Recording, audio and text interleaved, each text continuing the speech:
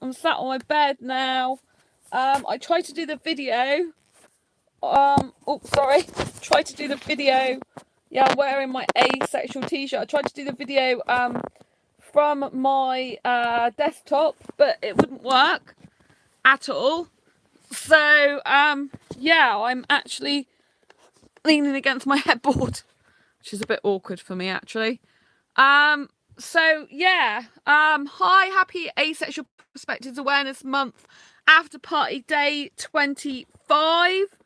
I've been live streaming now for 25 days in a row throughout August, and I was doing the same streaming every day throughout July. So if you haven't already subscribed to this channel, please do. This is the place to be for education about all different aspects of asexuality. Hit that bell icon so you get notified of every time I go live or post a new video. So in today's video, I want to talk to you about, can people change? Now, this is a really, really tricky one because I have known some people who do change and did change, and I've also known people who never change. So this is a really hard one. I mean, obviously some people change because if there was no change in the world, nothing much would get done, would it? But when I say change, I kind of mean like if you've had, in the context of relationships and friendships, you know, if you've met someone and they did wrong by you and they were horrible to you, can that person change and should you give them another chance? Well, it's a very interesting concept, this, because I think in an idealistic fantasy world, we'd love that person to change. We'd love them to be the person that we want them to be for us, kind, caring, considerate, and give us a love that we really deserve. But a lot of these people, if we find out in our lives that they don't live up to our expectations, they don't meet our standards, or they're being actually quite horrible to us, or they're not giving us what we need and what we deserve, then a lot of the time, you know, if you cut them off, it's for a reason. And you shouldn't go back to that person unless that person's fundamentally changed on their core inner being level. And, you know, there's this thing in the world where you have to forgive and forget, and it's better to forgive everyone and, you know, be friends with everyone, love everyone. And it's a huge thing, isn't it? And I think it can make us feel guilty if we don't actually do that, you know. It can make us feel like bad and ashamed if we don't accept this person back into our life, if we don't forgive them, you know, because forgiveness is what everyone should do. But in my past, you know, my motto's always been like, unless a person's sorry for what they've done, there's nothing to forgive because they're not sorry in the first place, so I can't forgive them. Do you see what I mean? So that's kind of the philosophy I live off. And I think if you meet a person that really upsets you in your life and really hurts you, if they can't be, you know, if they can't say sorry to you and mean it, if their ego's more important than your feelings and your care about them, then I don't think they're worth your time, you know, energy or effort. You know, on a fundamental level, unless the person's core being changes and they want to develop and grow themselves into a better person, then that person never changes. You know, I had someone who, if you read my Asexual Perspectives book, you'll know some of the stuff that happened in my life. But, you know, I lost my virginity to a guy who basically coerced me into it. He emotionally blackmailed into me into having sex with him. And I was only 16 at the time, so that was really difficult for me. And he really hurt me because not only did he do that, 6 months later he dumped me, and he told me that he'd been looking at other women behind my back. And from that moment on is when I started getting jealous, because I didn't even think that guys were remotely interested in other women when they were with me. It didn't cross my mind. And I'd had relationships, you know, before I was 16 with heterosexual guys, you know. And I was just like really shocked that he said this to me. And I thought, gosh, you know, I thought he really cared about me. How can he go around looking at other women, especially that's been beside me in the bus stop? It's really not nice, you know. And for years, that really affected my life big time, really upset me, really hurt me badly. And then years later, he came back into my life. I mean, I'm talking years later. Like, how long was it? I think it must have been 7 years later or more. it could have been more than that. It could have been much more than that, actually. I can't even remember how long it was, but it was a huge, huge long time. And he came back into my life and found me in my work. And he asked me if I could meet him for a coffee in the cafe. And I did meet him for a drink. I don't drink coffee. And he apologised to me. And that's the only person that's ever actually come up to me years later and apologised for the way they treated me. I've had some guy treat me really badly in the past, and not one of them, apart from him, actually came and said he's sorry. And he obviously had been thinking for a long time about saying sorry to me. Now, it didn't make what he did to me any better. I mean, emotionally blackmailing me into sex was horrible. And then dumping me a few months later, it's disgusting, you know? I mean, he literally said all these people are doing it around him. You know, he expects that, basically. He wants that in a relationship. You know, he's that age. He was older than me by 3 years, I think. 2 or 3 years. And, you know, he made me feel bad that I was going to lose him if I didn't do that with him. And so, you know, you should never have sex for those reasons. But when you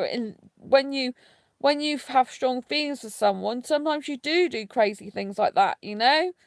Especially as you want to please them, you want to keep them and all the rest of it. So this guy, you know, I don't think he's changed in the sense of liking other women necessarily, but he has got a girlfriend, and I'm happy for him with his girlfriend, you know. He wanted to become friends with me on Facebook and stuff, which I wouldn't do. I did actually spend some time with him in a car on my own with him, and he was talking to me, and it was a bit weird because it was a bit like he expected us to just be friends again, and I was spending some time with him. This is years ago again because I don't see him anymore, but he wanted to be friends on Facebook and stuff like that. Was just too much for me, you know, just too much for me. But in the car, I remember speaking my mind and saying how he made me feel years ago, and that was just really good to get me, you know, to get that off my chest. And one of his friends said to me, I didn't think he'd moved on from you, you know, so it's good he talked to you. So basically it sounded like he'd felt guilty and needed to say something to me to clear his conscience before he could move on with his current girlfriend.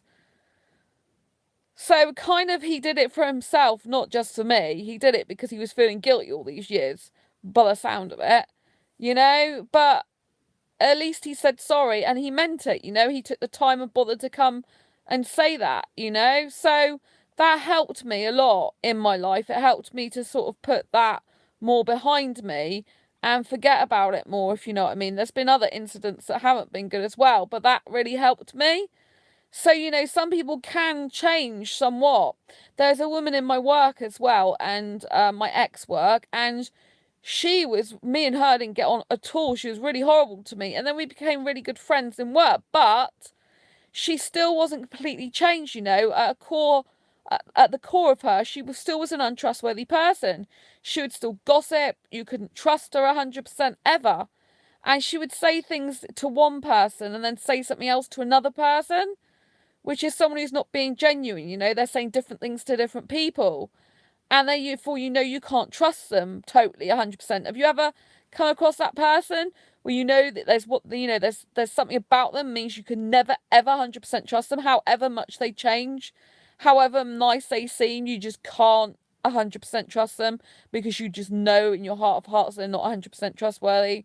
She's that type of person, sadly, you know, but she did change a lot. So she's changed a lot, but still not to the extent where she's worthy of my trust, because, you know, she was friends with me on Facebook, and then I blocked her years ago because she wasn't nice to me, and she wanted to be friends. You know, she mentioned about us being friends again, but I don't want that. I don't want her in my life to that extent, you know, because I don't trust her enough for that, you know. And there's some people who you think are really nice and kind and caring, and then they become the opposite and they change for the worse. So this is just not changing from worse to good. It can be from good to worse, you know. They're not the person who you think they are, you know. So do people really change? Is like a double-edged sword. Because when I wrote it at the title, I was kind of thinking, well, can people change in a good way? But actually, people can change in a bad way too. And, you know, it's horrible if they pull they pull the rug from underneath your feet, as it were. You know, you're going along and you think they've got your best interests at heart, and then bam, they hit you with it, you know. So I've met quite a few people like that. And, you know, if someone's narcissistic, in my experience, they never change. Narcissists don't change. Because the whole point of a narcissist is they believe they're right all the time. They don't think anything's wrong with them. They won't even know they're a narcissist, you know? And they won't care. They don't care about your feelings. They're not empathetic. You know, they just are narcissists. You know, people who are empathetic, people are unsympathetic. All they care about is themselves. They're the most important person in their life. They're quite happy to direct people and tell people what to do, you know, and they don't really have much feeling for anyone else, and they tend to prey on the sensitive, vulnerable, emotional people. So, you know, I don't think, in my experience, narcissists can't change. I've never known of a narcissist to become un-narcissistic. It's not to say it can't be done, but I've never met them, because by the pure nature of a narcissist, they don't think anything's wrong with them in the first place. And I think as well, this is something I really want to talk to you about, is do not think anyone's going to change. Like, I stayed with an abusive guy for 8.5 years of my life. You know, this is why I don't really want to get into a relationship in a hurry again. And I don't trust a lot of guys, because they can change, you know. This guy made out he was really nice, my friend, to me for like 8 months before I got with him. And then wham, as soon as we started like living together, that was it. Horrible. But I had this love thing going on with him, and this, you know, like, he was like, I felt like I was in a trance with him, you know. He had this power over me, and never again do I want to be in such a situation like that ever again. It was horrible, you know. But so people can change like that, and you know, in an instant. But the reason I stayed with him for so long, one of the reasons, was because I felt he would always go back to the nice person when I met him just as a friend, and he cared about me, he did stuff for me.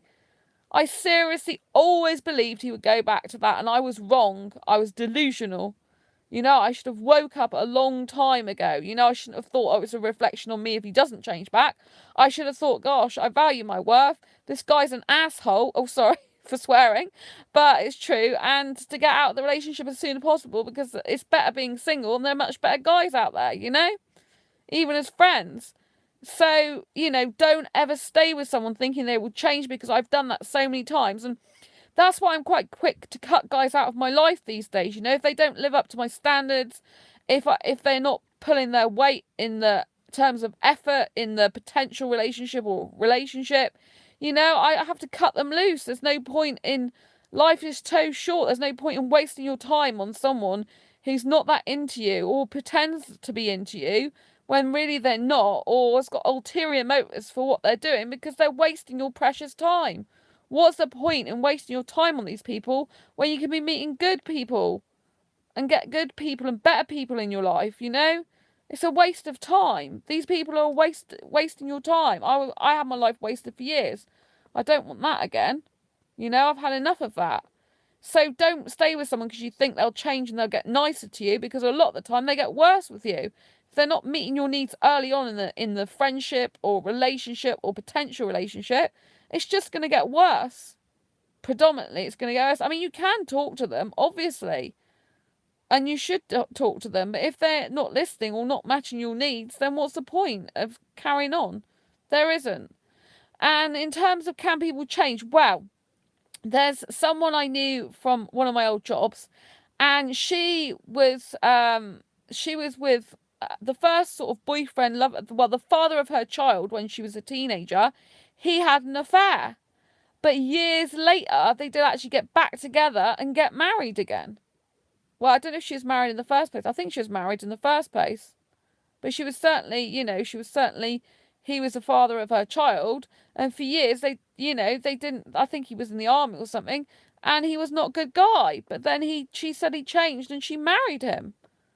And then someone recently who's asexual, who subscribed to this channel, he said that his parents are divorced, but they're getting married again. And I have a friend whose parents, they were going to get divorced, and they split up and lived separately for years, saw other people, and now they live back together and married and staying together for life. There was an issue with the fact of his work. His wife couldn't stand his work, and it came between them. But once he'd retired from the job, then they got back together. And they were teenage sweethearts in the first place. So people can change. You know, it's not to say that they can't. You know, and there's lots of people, you know, there are some people that are addicted to drugs or drink, and they can overcome it and they can change. So I'm not saying they can't, but what you shouldn't do is put your life on hold for that person to change or think you can change them, because you can't. It has to fundamentally come from them, you know? I mean, in an ideal world, some of the guys, the Indian guys that I've liked, you know, it'd be great if all over a sudden they turned around, and most of them I wouldn't want back. I wouldn't want to know, but, you know, the odd few might, or one or two. It'd be great if all over a sudden they changed, and, you know, they saw their error of their ways and was really apologetic and meant every word and would change their actions and behaviour. But at the fundamental core basic level, if they don't believe they're wrong, if they don't think they've done anything wrong, if they like the way they are and they don't care about whether your needs are met, and they, you know, their ego is bigger, then they're not going to change. And, you know, if you take them back, you're just going to get worse, because they're going to think that they can control you, because they're like, oh, well, you left me, you said you weren't interested, and now you need me back again. You know, I had one Indian guy, asexual guy, and he was like, oh, she'll be back. And it's like, no, actually, I really cared about you. And, you know, but it's like, well, now I can't ever go back to you anyway, in terms of speaking to you, because you've written that your ego's so big, you think I can't live without you, which is ridiculous. Of course I can live without you. I can live without anyone. It's just ridiculous. Do you know what I mean? I mean, this latest guy that I liked, you know, he didn't even say sorry to me. You know, because probably he's not sorry. Probably he's just been found out, and it's like, oh, okay, fine. I'm not what she's looking for. Yeah. Go back to his easy life and not having to face up to the fact he hurt me. So, there you go. But, you know, I've just got to wish them all well in their own life. And be happy with mine, you know? I think there's a lot of benefits to being single, actually. I love my single life. You know, I feel so at peace a lot of the time when I'm on my own, not thinking about being with a guy, you know, because I can make myself really happy. You know, I feel a lot more internal peace, less anxiety, less worry, because I know my own needs and can satisfy them. You know, and that's the most important thing. Living life on your own terms, being happy with who you are, and loving it and living it your way, you know? I love my life, and I thank you all for being in it. And until next time, embrace your quirky and each other's. If you haven't already subscribed to this video, subscribe now to this channel, subscribe below. Give this video a thumbs up if you like it. It really helps me out. Share it with any friends or people who you think may benefit from it. And remember, the core message is you cannot change someone. They have to change at a fundamental core basic level, you know, within their being. Do not try and change someone. And if you left someone, or you got rid of someone out of your life because they weren't good enough for you, getting back with them won't make them better for you, unless they fundamentally believe they did something wrong. They need to change and actually develop and grow themselves into that changed person for years later, and then show up in your life and genuinely have changed. Then, you know, it's no good, is it? Move on. There's thousands of other people in the world, including thousands of other asexuals. Anyway, take care, embrace your quirky and each other's, and I will see you on the next video. Don't forget the thumbs up and share this. Take care. Bye.